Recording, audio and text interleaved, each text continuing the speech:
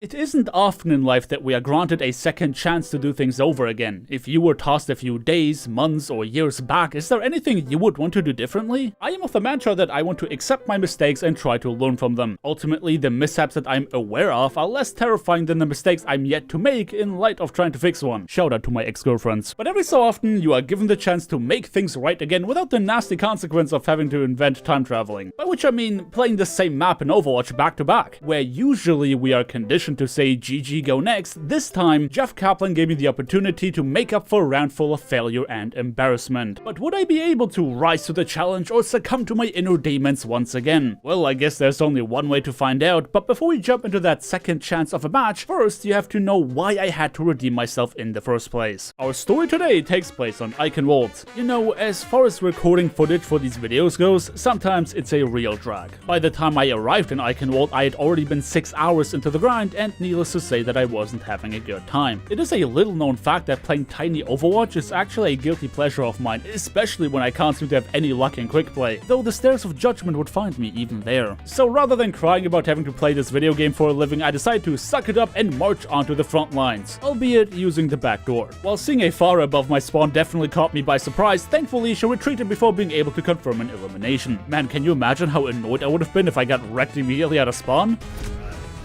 It's gonna be one of those matches, isn't it? Where usually I try not to switch characters for the sake of continuity in my videos, I wouldn't just let that Pharah walk all over me. The meta play here is to sit on that bridge and wait for an opportunity to snipe the pigeon out of the sky. But while I was sitting there doing nothing of value, my Genji said I am the opportunity and laid waste to the flying nuisance. Witnessing that display of alpha chatness, I decided to leave my safe space to participate in the teamfight once again, though it wouldn't take long for the enemy Hammond to arrive and make me reconsider my life choices. By the time I got back to the objective, my team had already secured it and there really wasn't much for me to do, and as much as staying on the cart would have been the safer option, I decided to try and pursue stagger eliminations together with my Genji. But when even he failed to survive the wrath of the enemy team, I swiftly changed my course and said, no sir, I refuse to get eliminated again. For Jeff's sake, I'm spending more time respawning than actually playing the game. And as I turned the corner, the futility of resistance to cosmic forces has become all but apparent to me. Yep, that's my life now. Simply take that first bit of the match I've showed you and multiply that by the duration of that game. I mean, honestly, I did eventually manage to actually play the game, but let's say that my gameplay was more of complementary nature. That's to say that anything I achieved really didn't make a difference one way or another, even if I wasn't ending up on the respawn train for that entire match. And as much as I was ready to call that a day when I insta-queued into the same map again, I felt determination fill my body. This time, it's gonna be different. Sure, I was on the winning side of that last game, but that wasn't good enough for me. More than achieving victory, I want to leave a legacy. By Jeff, I will make an impact on that match, even if it is the last thing I do. But if I want to do any such thing, I should hurry up because I'm totally backfilling in this game. Yeet!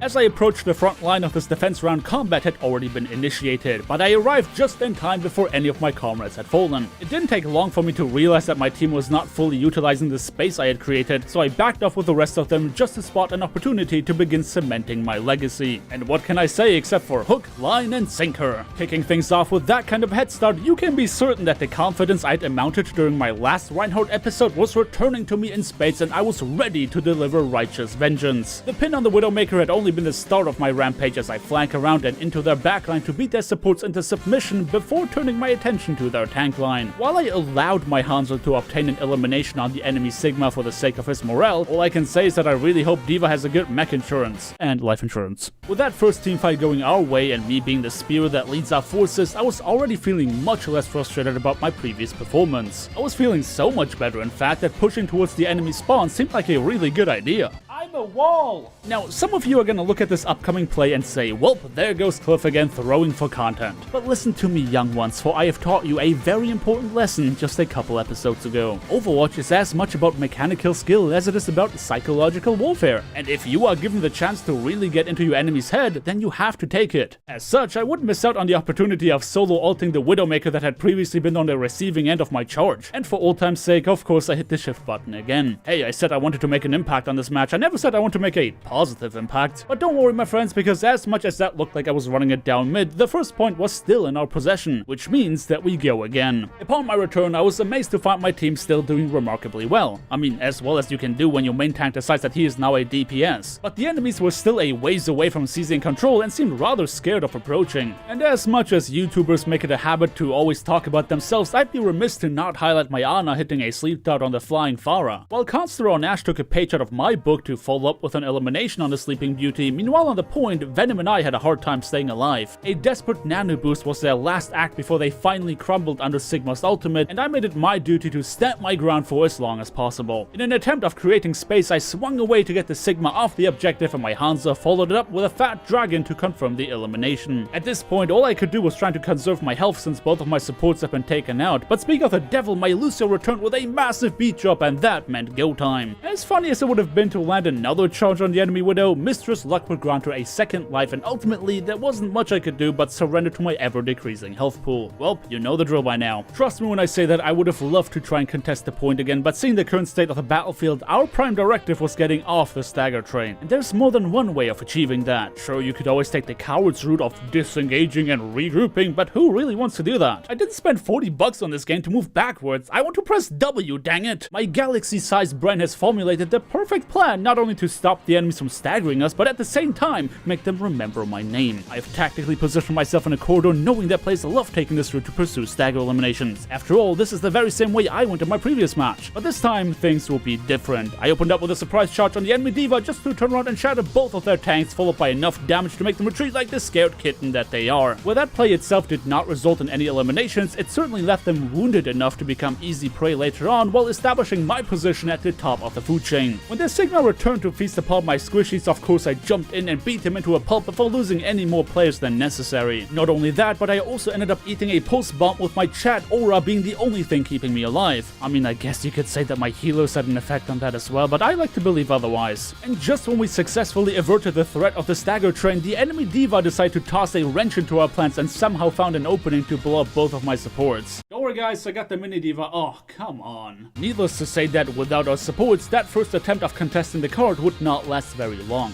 Well, different spawn, same game. The enemy team made no effort to seize control of the high ground, allowing us to plan our attack from the skies with very little resistance. And without losing any time, our Hammond opened it up using a minefield slam combo, giving us the sign to go in. I wouldn't let them tell me twice, dropping down and charging in with reckless abandon. While D.Va was the recipient of that charge, it was their Ashe that would ultimately fall to my hammer. But if that Pacific Rim reject thinks that she can get away from me, then she does not know what kind of kaiju she's messing with. Because her escape effort only resulted in me angrily shattering the remainder of her team before getting a nano boost that was solely dedicated to turning her mech into scrap metal. As much as I hated to see her fly away, I took satisfaction in knowing that my teammates would finish her off and wildly swung around the card to take out their Mercy by complete accident. Hey, you won't see me complain about a free elimination. Both teams have been suffering heavy casualties during this last engagement, and we will take this intermission to regroup and consider our next move. It wasn't until our Tracer one-clipped the enemy Mercy that inexplicably thought standing still was a good idea that everyone took up their arms again to re-engage. I was feeling visibly uncomfortable in my skin as I could do little more but hold up my shield while not seeing the enemies take any damage whatsoever. I eventually gave in to my primal urges and hit the ship key just to take the enemy Mercy for a ride once again. Dude, she's like really not having a good time today. Our front line would eventually crumble, and what little stalling potential was left on the card could not hold out much longer without the protection of their tanks. We managed to keep the enemy team at bay for so long, naturally we would not give up now. As we waltzed out onto the bridge to make our final stand, testosterone oozing from every pore, the enemies could not help but admire our confidence. I am a wall! The enemy D.Va must have thought that we were all brawn and no brain as she attempted to play the same trick on us twice, tossing her mech into our backline just to learn that we indeed had learned our lesson. My shield has been annihilated in the process, and you know how they say, can't hold up a barrier if you don't have one, and as such I let loose once again and slammed my forehead into the shift button to connect with a Mercy that had already connected with a pulse bomb. Like, holy crap, she's really not getting a break this game. While we eventually lost this fight in numbers, it is now that I want to highlight Conster, the Tracer player, perfectly utilizing the space granted by our Hanzo's Dragon Strike to wreak havoc and single-handedly buy us enough time to respawn. We would not squander that sacrifice and easily make use of the advantage provided by Conster to seize control of the card, and all that was left was one